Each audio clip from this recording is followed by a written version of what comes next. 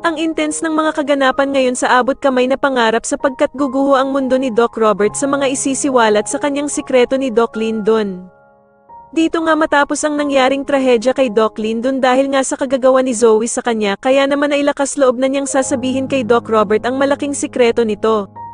Samantala matapos ngang mabuking ni Doc Lyndon itong si Zoe, nakausap ang ina niyang si Moira sa cellphone ay agad naman itong iisip ng paraan para matakasan ito.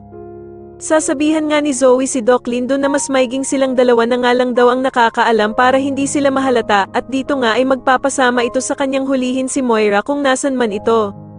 Samantala ay galit namang kakausapin ni Giselle itong si Doc Carlos dahil nga sa malalaman niyang palihim na nakipag-usap ito kay Dax. Pero tatanungin naman siya ni Doc Carlos na kung masama ba daw nakausapin niya ang taong namasok sa bahay nila ni Lynette. Sasagutin nga siya ni Giselle na dahil nga daw sa pakikipag-usap ni Doc Carlos kay Dax ay biglang nagkaroon ng malaking abogado itong si Dax. Pero mukhang lumalabas nga na si Doc Carlos din ang nagbigay ng malaking abogado kay Dax dahil nga sa ginawang pang-blackmail nito sa kanya nakasabuat nga din daw si Doc Carlos sa nangyari kay Lolo Pepe.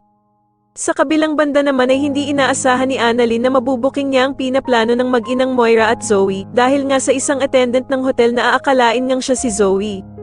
Itong si Moira nga ay may isang araw na lang bago ang flight nito palabas ng Japan dahil sa meron na nga siyang bagong identity at plano niya ngang sa bagong pupuntahan niya na doon na siya magsimula ng bagong buhay.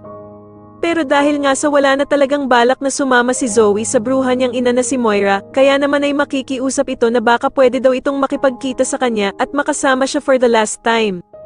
Sa tingin niyo dito na nga kaya tuluyang pakulong ni Doc Robert ang peking anak niyang si Zoe kasama ang ama nitong si Doc Carlos, mas lalo na nga talagang nagiging exciting ang mga susunod na kaganapan kaya naman ay mas lalo pa nating abangan ang mas lalong gumigandang abot kamay na pangarap. Maraming salamat po sa inyong panunood at sana po ay masubscribe niyo ako. Maraming salamat po.